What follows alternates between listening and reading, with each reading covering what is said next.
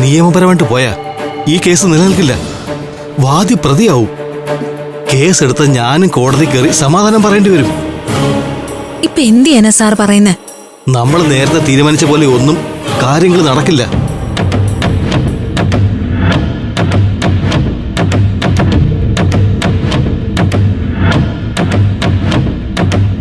ഇതുപോലെ ഇവൻ നിയമം പറഞ്ഞ് ഇടയ്ക്ക് കയറി വരുമെന്ന് നമ്മൾ വിചാരിച്ചോ? അതുകൊണ്ട് കേസ് ചാർജ് ചെയ്യാനോ അമൃതയെ അറസ്റ്റ് ചെയ്യാനോ ഒന്നും വകുപ്പില്ല.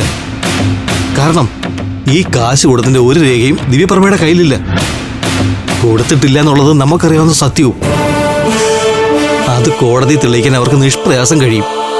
അങ്ങനെ വന്നാൽ ചീറ്റിംഗ് കേസിൽ ദിവ്യപ്രഭ പ്രതിയാവും.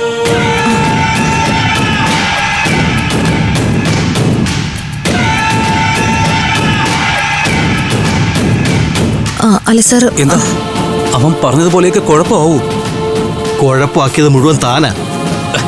ക്യാഷ് അത്രയും കയ്യിലുണ്ടെന്നൊക്കെ വിവരമുള്ള ആരെങ്കിലും പറയുമോ? ഗൾഫിൽ നിന്ന് കൊണ്ടുവന്നതാണെന്ന് ഞാൻ തിരുത്തി പറഞ്ഞില്ലേ? അതാണ് കൂടുതൽ കുഴപ്പമായത്. കുഴൽപ്പണം കടത്തിലുള്ള ശിക്ഷ എന്താണെന്ന് അറിയോ തനിക്ക്? അപ്പോഴെനിക്കറിയായിരുന്നു ഈ സുമേഷ് എന്തെങ്കിലും വിട്ടിത്തര എഴുന്നള്ളിക്കുമെന്ന്. ഇനിയിപ്പോ എന്ത് ചെയ്യാൻ പറ്റും സാറേ? കോംപ്രമൈസ്. അതിനപ്പുറം ഒന്നും ചെയ്യാൻ കഴിയില്ല.